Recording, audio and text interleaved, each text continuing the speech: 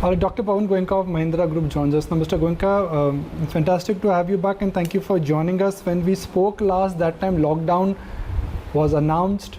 Now lockdown has got extended. How's business been for Mahindra and Mahindra during the lockdown period? And now that lockdown has got extended, how will things move in the next 15 days? Well, clearly, during the lockdown period, there was no manufacturing, as we know, and all the dealerships were shut down, so there was no selling either. And therefore, I would say for the auto and tractor business, at least everything was on standstill as far as manufacturing and selling is concerned, but everything else was going on in terms of product development, all the other planning, budgeting, all the other activities were on, but no manufacturing and selling. Now, post or lockdown 2.0, if you call it, which started on 15th of April, as we know that from 20th April, there'll be some relaxation that will happen on some of the activities across India in the non-containment zone. We're still trying to figure out precisely what will be allowed and not allowed. Clearly, Mahindra will ensure that whatever we do not compromise with the health and safety of our employees or anybody who we're doing business with, and therefore we'll be very careful in opening anything that we open. But as it looks right now, some of the tractor plants which are not in containment zone will be allowed to open. Some of the dealerships will be allowed to open. That will then allow us to, on the tractor side, that will then allow us to clear the inventory that we had in the pipeline and perhaps putting few more tractors into the market. So that to that extent, I think business will partially reopen starting 20th April, leading up to 3rd of May. And let's hope that everything goes well in the second lockdown. And from 4th of May, we can come back to starting the full business.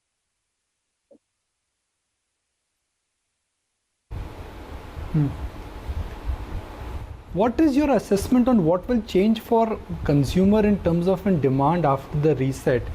Luxury spend will come down, necessity spend will go higher.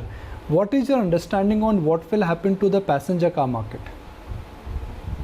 Well, let me first talk about the tractor side and agri side before I talk about passenger car, because I think right now the most important thing for us as a country is that the agri cycle is not disrupted. And as you know that this week is the beginning of the harvest season, and therefore it's important that harvest happens as per the normal harvest should happen. There's a good standing crop that should be harvested, transported to mandis and sold. And then after that, there will be season for land preparation and sowing. And with the declaration of good monsoon, it is important that that is not disrupted because of lockdown. Therefore, availability of seeds, availability of crop care, nutrients, tractors, other agri machinery is very important. And therefore, I think government's move to allow opening of tractor plants is a very important move and considered move to make sure that agri cycle is not broken. Automotive right now is a bit of a unknown, and frankly, nobody probably knows what will happen when you open up. But one thing that is very clear that nobody should have a doubt on, that customers are not going to rush to dealerships to buy cars. Everybody will be assessing their financial situation because everybody would have had some loss of income during this time and some uncertainty about future. And therefore, there will be a time where the pickup of the market will happen. The big question is whether it's a 2-3 month duration where we will see this slow ramp up to full volume, or whether it will be longer than that, or whether we'll even come back to full volume. Now, keep in mind that in the Indian auto industry situation, there is this peculiar timing of BS4 to BS6 transition that has happened from 1st of April. And therefore, when we start selling, we'll be selling BS6 vehicles and not BS4 vehicles. And that will be the first time we'll be selling BS6 vehicle for most of us, though we have done a little bit of selling in the month of March, but first time we'll sell 100% BS6 vehicles, which are at a higher price. And therefore, there will also be a price shock in addition to the concern about economy, concern about income, and so on.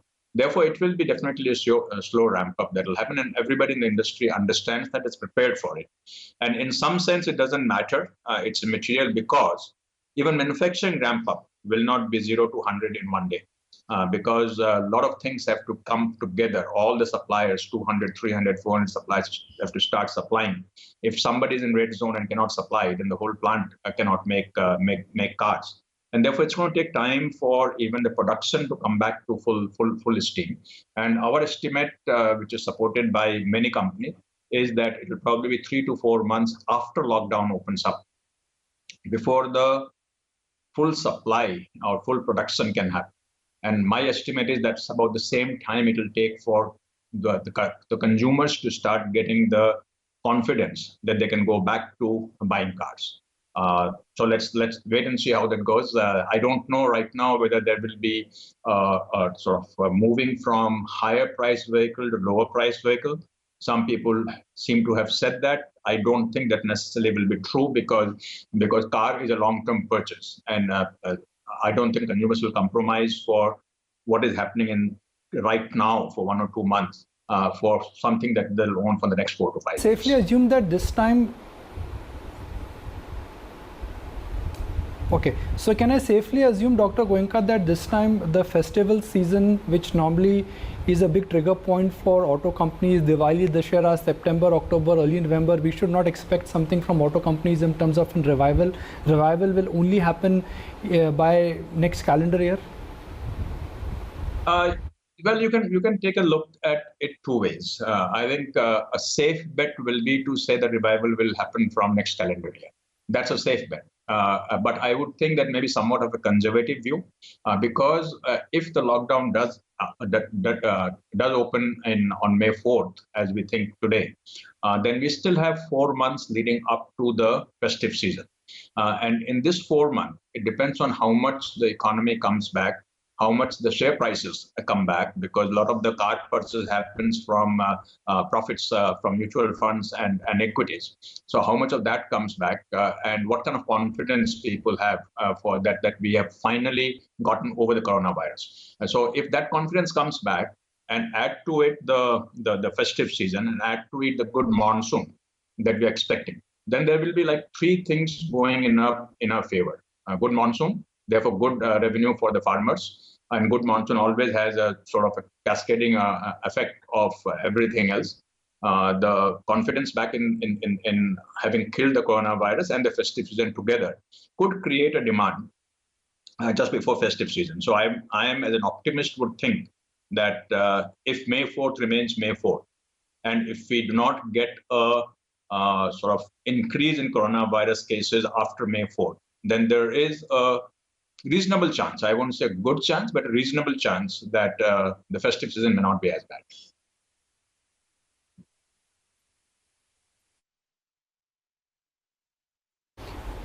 Mr. Goenka, Mahindra & Mahindra is a cash-rich company. You generate a lot of cash. There is no debt. But that is not the situation for your suppliers. That is not the situation for your dealers. That is not the situation for the entire auto sector per se. So how does one deal with this kind of a slowdown? I mean, there are chances of insolvency. There are chances of bankruptcy. Auto dealers already have struggled with a slowdown in 2019. On top of that, there is this renewed problem. How efficiently do you think the auto industry, the supply chain, suppliers and dealers can really manage this? Well, so first of all, you have put your finger at the problem. This COVID-19 is happening at a time when the industry was already in an 18-month slowdown, and therefore everybody was kind of towards the end of how much they could manage, and were looking forward to a revival of the fortune starting FY21. And there obviously is a major setback in that. Now, clearly the OEMs, especially the ones who have a very strong balance sheet, and as you have pointed out, Mahindra is always known to have a strong balance sheet. We probably are in lesser of a liquidity problem than some of the other players maybe. I don't know the OEM balance sheets of other players, so I cannot comment on it. But clearly, when it comes to dealers, I would say at least 20% of the dealers probably would have a major issue in terms of managing their business when there's no revenue. Because for the dealers, about 85% of their contribution that they get from selling vehicles goes into fixed expenses, and that those expenses will continue if they have to pay all the workers, all the employees that they have. Same is true for small and medium suppliers who will have a situation of having to pay all of their bills. Now, fortunately, suppliers, in some sense, would have a positive cash flow situation because they will get paid as a receiver, as their payables that they have from OEMs. And normally OEMs work with negative working capital, a bit technical here. OEMs work with negative working capital and suppliers work with positive working capital. And therefore, OEMs will have to shell out that money to the creditors, where suppliers will be receiving that money from the OEMs. And therefore, the cash flow problem may be somewhat less, and I don't know each supplier situation, but just as a community for the suppliers, but they will still have to pay all the bills that they have to pay. And their wage costs are quite high. In many cases, they're employing contract employees, temporary employees, and therefore the pressure that they would have in keeping the payroll going would be extremely high, perhaps even more so than OEMs. And dealers definitely will have a very high pressure, because dealers as a community overall in India employ about 50 lakh people. That means dealer community has to cater to paying salaries of 50 lakh people without getting revenue.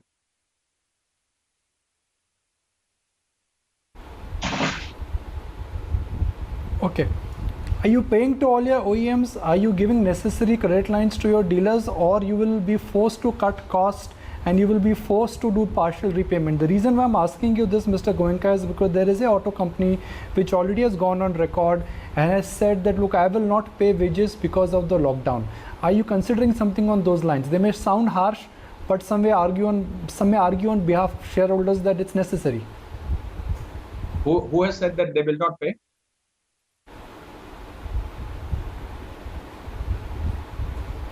There is an auto company in Maharashtra which has already gone on record and said that it will be difficult for us to give wages. Okay, so let me try and answer this question. It's a very difficult question in some sense to answer, because it's hard to make a statement that would be a statement true forever. In the sense, what I'm trying to say is that we will have to look at the situation day by day and see what we can do.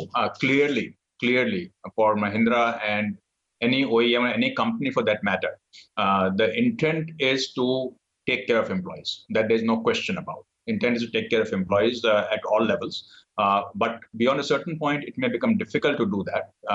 Mahindra and almost every company in India has paid full salaries for March. Many companies have announced, especially OEMs, that they will pay. Some may have announced otherwise, but many companies have announced that they will pay full salaries for April. Mahindra has also announced that we will pay salaries for April. But beyond that, we have not yet thought about on what we can do. And many of the MSMEs today are coming out saying that it will be difficult for them to pay and looking for to the government for help. And I'm hoping that the package that the government has talked about will come out, will look at employment subvention or wages subvention in a big way, because to me that is the biggest worry that will be there across India and across corporate India, because corporate India also will find it very difficult. I'm not talking specifically about Mahindra. I'm saying generally, corporate India will find it very difficult, because for most companies in auto industry, for example, the wage bill is 5 or 6% of revenue, and 5 or 6% payment without having any revenue becomes very difficult, in addition to all the other costs that we will have to incur, which are fixed cost for us. So I would hope that the subvention package that comes in will have employment support and wage support as one of the top things, as has been done by many countries across the world to support payment of wages.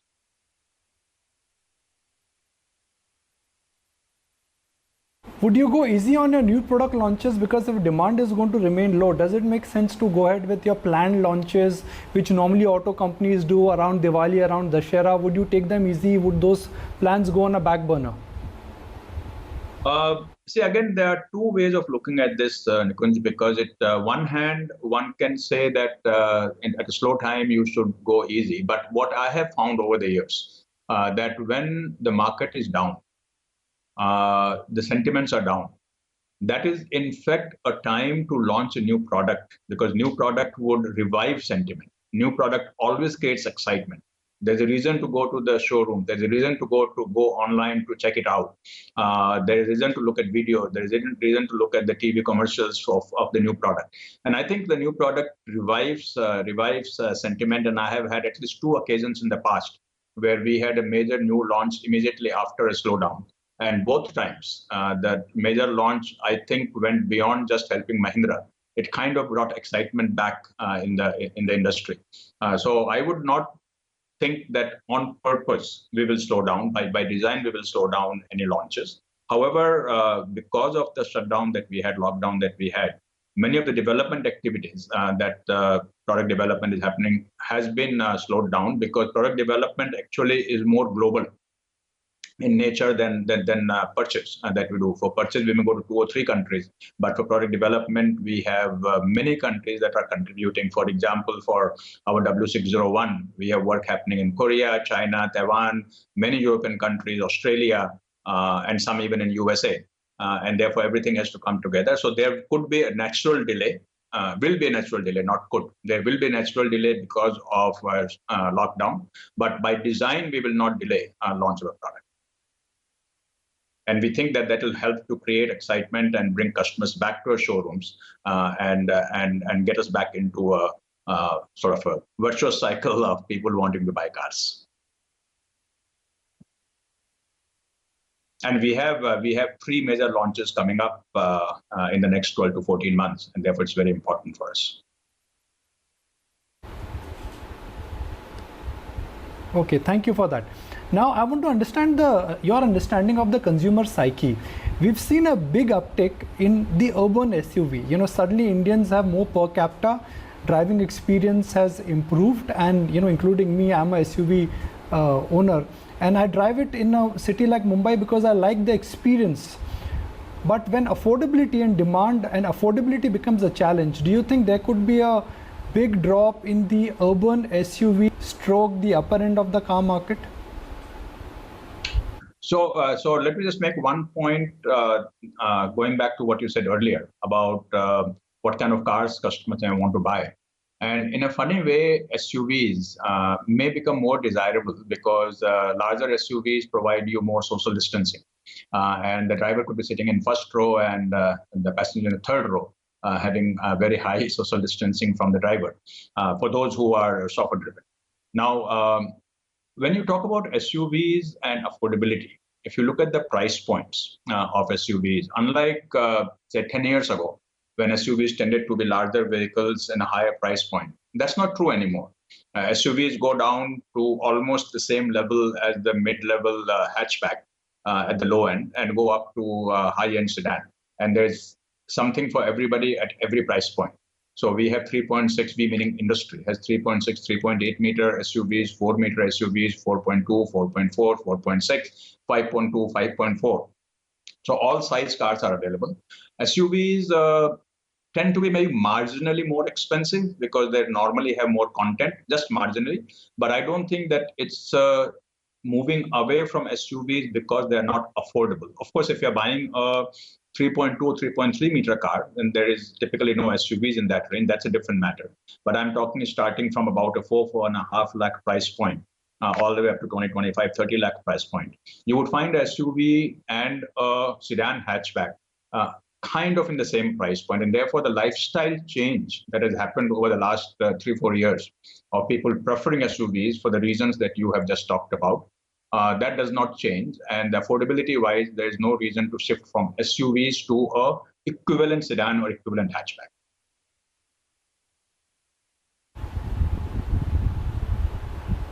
Okay, great analysis. Every company, Mr. Goenka, will be forced to cut cost. Some are talking about cost rationalization, some are talking about layoffs, some are talking about digitization and automation. Where will Mahindra and Mahindra cut corners? Cutting corner is the wrong phrase to use. Okay, what I would like to say is, how will Mahindra and Mahindra use the current crisis to make the business operations more efficient? Okay? And I have said in the past many times that every crisis is an opportunity, and we should never waste that opportunity, because during crisis, of course, it's a very difficult time for us, but it's also time for learning and removing the fat and keeping the muscles. And therefore, it's always a time for us to become leaner, more agile, more mean, and come back from the slowdown, from the crisis, much stronger than what we got into. And that's what Mahindra & Mahindra is doing today. We are looking at each and every of our business operations, business function, to see what is it that is just a luxury that is not required. And it kind of builds up over the years. When you have 6-7 years of good times, every year you add something more, something more, something more, and it adds up to things that you can easily take down when chips are down, and then not have to do it when we are back to normal. So we are finding many such things that we are doing. For example, one of the big change that is going to happen for sure is a little bit of work from home, not as much as we are doing today, but a little bit of work from home for all companies. And I am now a believer that work from home works because till before the slowdown or COVID-19, I had never worked from home in office hours. I've always worked from home, but not in office hours.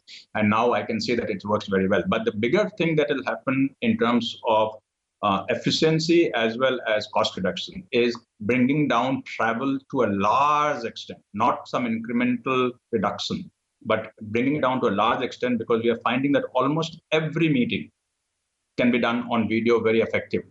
You and I are talking today with no assistant, no technician setting up anything. Maybe picture quality is not as good as you would like to see, but it's a communication that's happening without spending time and money.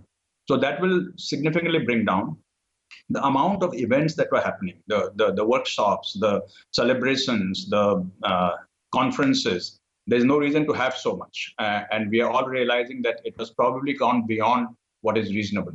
Cut that down to what is must. The communication that we are doing today, we talk to 7,000 employees sitting at home, and with everybody being at home using Microsoft Teams. That kind of communication brings down cost and efficiency so much. So what I'm saying is that these are not cutting corners. These are making business more efficient without losing any sort of business requirement that we have. And that's what I'm hoping we'll do. In fact, the target that our CFO has, that even after we come back, we should be able to save 100 crores in fixed costs by not doing things that are not absolutely necessary for doing the business without losing any business requirements that we have.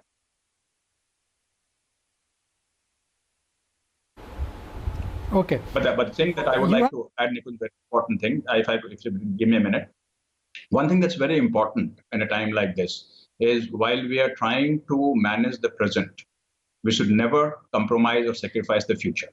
And that can happen if you start cutting cost indiscriminately, if you become what I call trigger happy, and start cutting capex for important programs going into the future.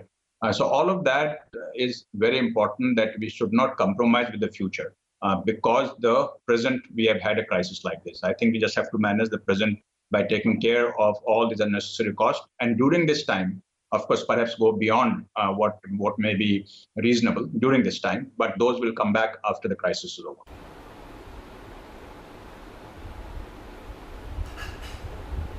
Okay. One thing which markets got excited about is that when Mahindra & Mahindra announced that they would go easy on their capital allocation to SsangYong. Should we expect more such announcements when it comes to new developments, new projects, new non-core expansions? You will go very easy. And was SsangYong a mistake? Well, obviously, in a situation like this, as we are cutting costs, we are also forced to look at capital allocation. And in that, we have made one major decision. The board will consider if there are other things that we need to work on. And if we need to work on, board will take that call. But as of now, that's the only major decision announcement that we have made.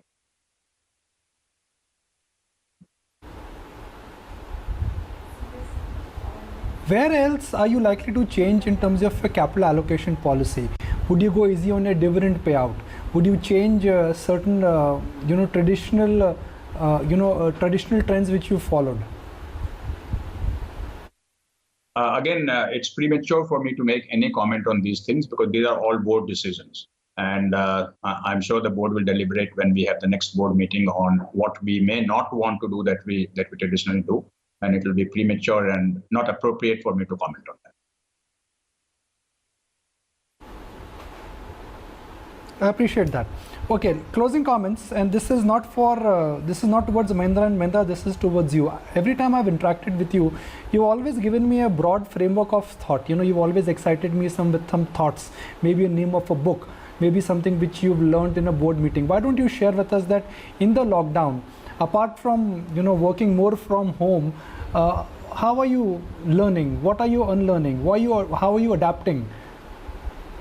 Well, so I think the biggest learning that I have had is to manage things on my own. Because I don't have working from home all the secretarial help, the office boys, the people who will connect everything, and I just walk in and start talking as I'm doing with you right now. So to become a little bit more tech savvy, uh, because it's not difficult to do. I just never never got around to doing it. So to be able to connect Zoom, Skype, Scopia, Microsoft Team, to set lights, camera, all of those things I'm learning, and I'm finding that my nephew, who is staying with us right now, is very good at it, and he's the one who's teaching me because I don't have secretarial help available at home. So that's one big learning. And second learning is that working from home, you need to separate out work from being at home. And I think if working from home becomes the norm, then we will have to keep that in mind, that working from home doesn't mean that you work when you feel like working. Working from home means that you still maintain office hours and separate out home and being at home and working at home. And that is a little bit of discipline, but not very difficult. And funnily enough, in the morning, I announced to my wife that I'm going to office, and in the evening I come back from my office and say I'm home now. So that discipline, I think, is interesting and something that we'll have to get used to.